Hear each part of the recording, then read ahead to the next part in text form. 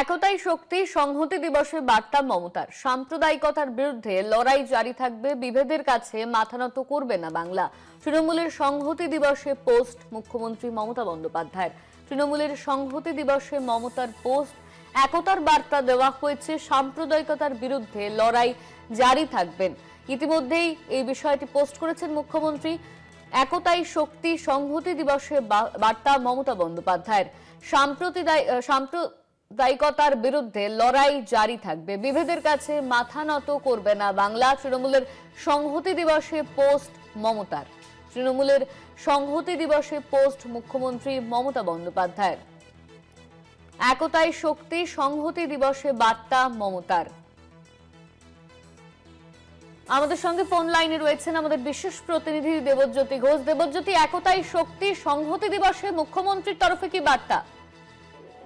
দেখো, তৃণমূল নেত্রী মমতা বন্দ্যোপাধ্যায় জাতীয় সংহতির কথা বলেছেন।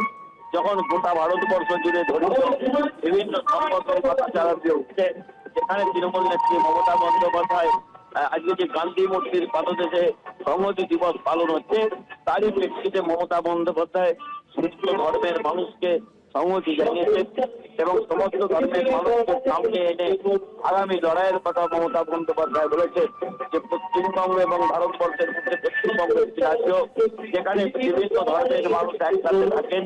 হিন্দু মুসলমানের মধ্যে কোনো বিভাজন নেই, কিন্তু ভারতীয় জনতা পার্টি যেভাবে বিভাজন করতে চাইছেন, তারই বিরুদ্ধে মমতা বন্দ্যোপাধ্যায় স্লোগান তুলেছেন, অহরহত আহ্বান ও প্রচারিত তব উদার বাণী